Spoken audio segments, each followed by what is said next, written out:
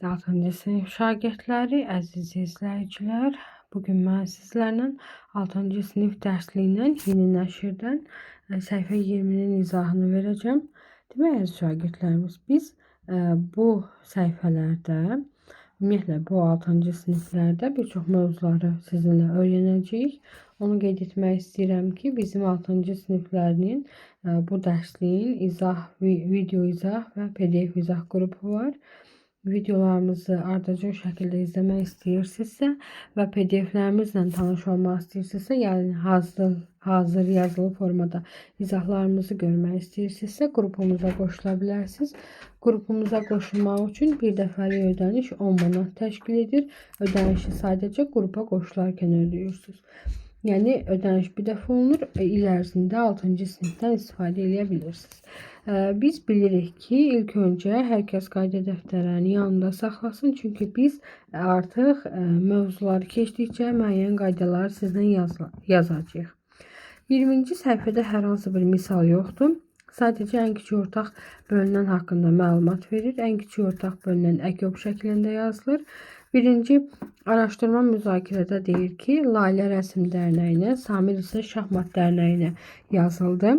Laylənin məşğələləri ayın 3-ə bölünən tarixlərində, Samirin məşğələləri isə ayın 5-ə bölünən tarixlərinə təyin edildi.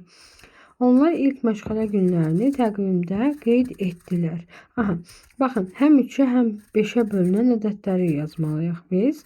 Bu ay ərzində hansı tarixlərdə onlar məşğələləri eyni günə düşər? Ayda 30 gün var.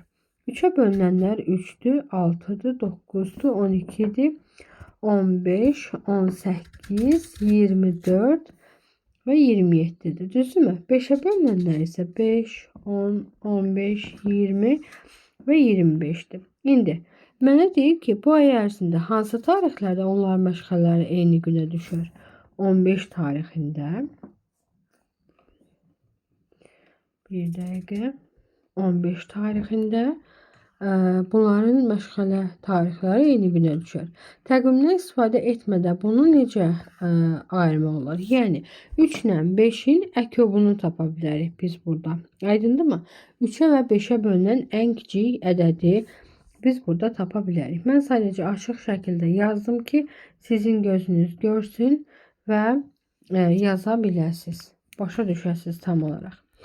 Sonra İkinci, öyrənmə. Ən kiçik ortaq bölünənin, yəni ək-obun tapılması. Bunu qayda dəftərimizə yazırıq uşaqlar.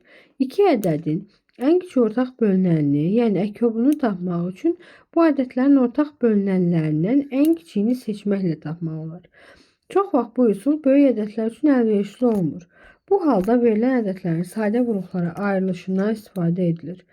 Məsələn, 60-dan 24. Baxın, burada nümunə verilib. Sadə qruplarını ayırmaq bu şəkildədir. 24 də sadə qruplarını ayırır və hər ikisinə baxın, bunu sizə bu şəkildə izah edeyim. Yaxınlaşdıraq biraz. Bu ortaqdır. 2 vuraq. 2 bir dənə də 3. Düzdürmü? Biz sadəcə bunu saxlasaq, bu olacaq əbu. Və yerdə qalanlarını da 5 vuraq 2. Əlavə eləsək olacaq ək-ob. Aydındırmı? 4, 12, 24 və neçə eləyir bu? 120. Düzdürmü? Bunların ortaq vuruğu neçədir? Ək-obu neçədir? 120. Yəni bunları tapmaq bu qədər sadədir. İndi növbəti 21-ci səhifədə burada bizim müxtəlif nümunələrimiz var. Orada inşallah mən bunların hamısını sizə bircə izah eləyəcəm. 6-cı sinifimizin onlayn dərs qrupumuz həftədə 3 dəfədir. 90 dəqiqə olmaqla keçirilir. Qiymətimiz 35 manatdır. Qatılmaq istəyən izah hissəsində yazılan əlaqə nömrələrindən bizlə əlaqə saxlaya bilərlər.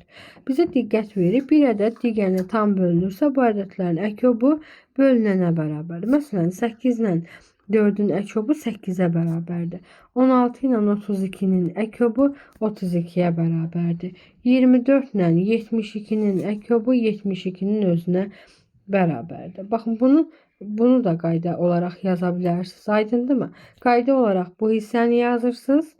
Bir də qayda olaraq bu hissəni yazırsınız. Həmin qruplarınıza qaydalarınızı da yazıb atacağım. Qatılmaq istəyənlər əlaqə nömrələri vasitəsilə bizlə əlaqə saxlaya bilərlər. 21-ci səhifədə görüşənədək.